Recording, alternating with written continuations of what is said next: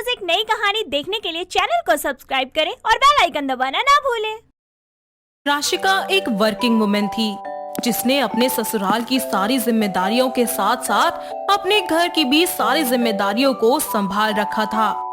राशिका अपने घर की इकलौती थी जिसकी सैलरी से उसका घर चलता था और उसके बीमार पति सुरेश का इलाज भी। इसी बीच पूरे देश में कोरोना महामारी फैल जाती है और देश भर में लॉकडाउन लग जाता है, जिसकी वजह से राशिका का घर चला पाना और उसके बीमार पति का इलाज करवा पाना उसके लिए बहुत ही ज्यादा मुश्किल हो जाता है। और एक दिन उसके बॉस का उसे कॉल आता है। राशिका, तुम अपना रिजाइनिंग लेटर दे दो क्योंकि कंपनी बहुत ज्यादा लॉस में चल रही है और हम अब ज्यादा एम्प्लॉयज को जॉब पर नहीं रख सकते, तो अच्छा होगा कि तुम जाओ और काम छोड़ दो यहाँ से। पर सर मेरी वजह से मेरे घर का दाना पानी चलता है, मेरे बीमार पति का इलाज चलता है। अगर मेरी जॉब चली गई तो मेरा घर कैसे चलेगा सर? प्लीज राशिका समझो, कंपनी पूरी तरह से लॉस में जा चुकी है, हम तुम्हें सैलरी नहीं दे पाएंगे। इस महामारी और लॉकडाउन की वजह से राशिका को रिजाइन देना पड़ता है और उसके घर में खाने तक की बुरी हालत हो जाती है।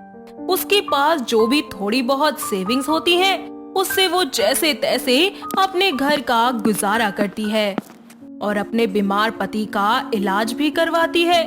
कुछ महीनों बाद लॉकडाउन खुल जाता है और एक बार फिर से राशिका काम की तलाश में बाहर जाती है। बड़ी ही मुश्किल से उसे एक जगह पर सफाई कर्मचारी का काम मिल जाता है। उसकी जिंदगी फिर से धीरे धीरे लाइन पर आने लगती है, लेकिन कुछ ही समय बाद एक बार फिर से पूरे देश में कोरोना का कहर फिर से टूट पड़ता है और इस बार हालत पहले से भी और ज्यादा गंभीर हो जाती है। पर इस बार वो हार नहीं मानती और बिना किसी सेफ्टी के बाहर आया जाया करती। ऐसे ही एक दिन उसकी सास चंदा न्यूज देख रही होती है कि तभी राशिका वहाँ आती है, जिस पर चंदा उससे बोलती है, बाहर जाती है तो थोड़ा सेफ्टी के साथ जाया कर, पता है ना कि कितना कोरोना बढ़ रहा है और इस बार तो लोगों को सांस लेने में बहुत ज्यादा दिक्कत हो रही है, तो तू अपना ख्याल रखा कर, मास्क लगा कर बाहर जाया कर, सैनिटाइजर भी लेकर जाया कर साथ में, और हाँ 2 गज की दूरी बना कर रखा कर, समझी? माँ जी, अब कोरोना जैसी कोई चीज नहीं है, ये सब तो राजनीति चल रही है और मासूमों को बेवकूफ बनाकर उनकी किडनियों का व्यापार किया जा रहा है कोरोना बताकर। ये सारी चीजें बस एक अफवाह है, आप डरिए मत, मुझे कुछ नहीं होगा। राशिका अपनी सास की एक नहीं सुनती क्योंकि उसके हिसाब से कोरोना जैसी कोई चीज थी ही नहीं।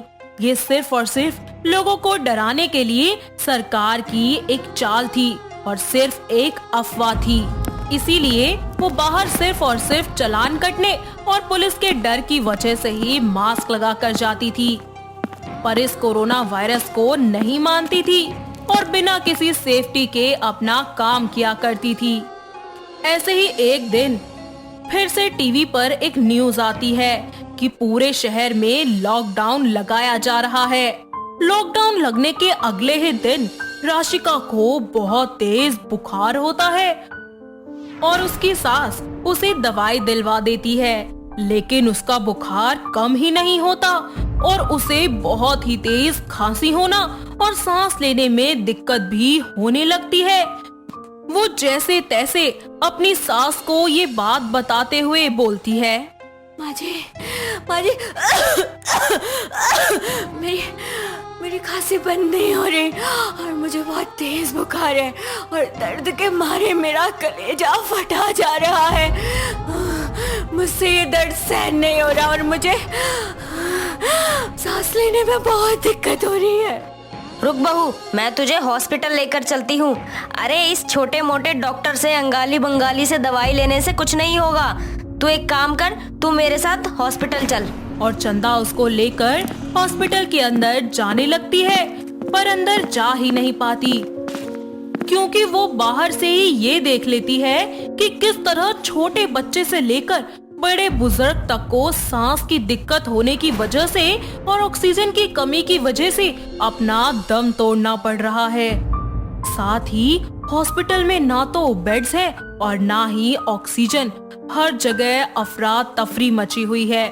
बेचारी चंदा इधर उधर हर जगह ढूंढती है पर उसे कहीं पर भी ऑक्सीजन नहीं मिलता और उसकी बहू एक एक सांस के लिए तड़प रही होती है। और अपनी बहू की ये तड़प देखकर वो अपनी बहू को मुंह से ही सांस देने लगती है और थोड़ी ही देर बाद वो सभी से लड़कर अपनी बहू को जैसे तैसे हॉस्पिटल के अंदर ले जाती है, जहां एक बूढ़ा आदमी जो कि एक रिटायर्ड आर्मी ऑफिसर होता है वो भी कोरोना की चपेट से लिपटा हुआ होता है। चंदा को रोता और गिड़गिड़ाता हुआ देखकर आर्मी ऑफिसर डॉक्टर से बोलता है, डॉक्टर, मेरा ऑक्सीजन इनकी बहू को दे दो। मैंने मेरी जिंदगी जी ली है और अपने देश की सेवा भी बहुत की है। मरते मरते एक और बार अपने देश की सेवा करना चाहता हूँ। अपने ऑक्सीजन इनकी बहू को देकर मेरी जिंदगी तो पूरी हो गई है। आज हूँ कल नहीं, पर मेरा ऑक्सीजन इनको देने से किसी के घर की आमदनी, किसी की बहू बच सकती है। ऐसा इंसान जिनके सामने अभी उनकी पूरी जिंदगी पड़ी है। आर्मी ऑफिसर के कहने पर डॉक्टर उनका ऑक्सीजन सिलेंडर राशिका को दे देते हैं और उसका इलाज शुरू करते हैं। 2 दिन बाद वो आर्मी ऑफिसर कोरोना की वजह से अपना दम तोड़ देते हैं। तो वहीं दूसरी ओर राशिका की हालत में सुधार होता है। वो जब अपनी आंखें खोलती है तो अपनी सास से कहती है, माँ जी, मुझे लगता था कि कोरोना वायरस जैसा कुछ भी नहीं है और ये सब कुछ सिर्फ सरकार की चाल है। और अगर किसी को कोरोना हो भी जाता था तो डॉक्टर सिर्फ अमीर लोगों का ही इलाज करते थे, हम जैसे गरीबों का नहीं। ये सारी फैसिलिटी सिर्फ अमीरों के लिए है। लोग कितने स्वार्थी हो चुके हैं। पर मैं गलत थी। बीमारी कभी किसी का पता पूछ कर नहीं आती कि वो अमीर है या गरीब। और ये वायरस सच में इस दुनिया पर है और बहुत ज्यादा खतरनाक है। और माँ जी, आप भी जितनी जल्दी हो सके वैक्सीन जरूर लगवाइए। और मैं ठीक हूँ और कुछ दिनों में हम साथ में घर चलेंगे। कुछ ही दिनों में राशिका बिल्कुल ठीक हो जाती है और अपनी सास के साथ घर जाते ही वो सबसे पहले अपनी सास को वैक्सीन लगवाती है और लोगों को YouTube, इंस्टाग्राम और सोशल मीडिया के जरिए कोरोना के बारे में सही जानकारी और सूचना देती है।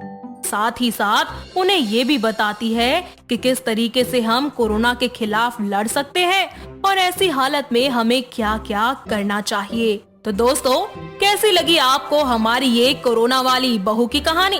क्या आपके घर के आसपास भी है कोई ऐसी कोरोना वाली बहू? अगर हाँ, तो जल्दी से उन्हें ये वीडियो दिखाइए और बहुत सारी चीजों का ध्यान रखिए और हमें कमेंट करके बताइए। दोस्तों, अगर आपको ये कहानी पसंद आई तो इसे लाइक करें, शेयर करें और कमेंट करके बताएं कि कहानी में आपको सबसे अच्छा क्या लगा।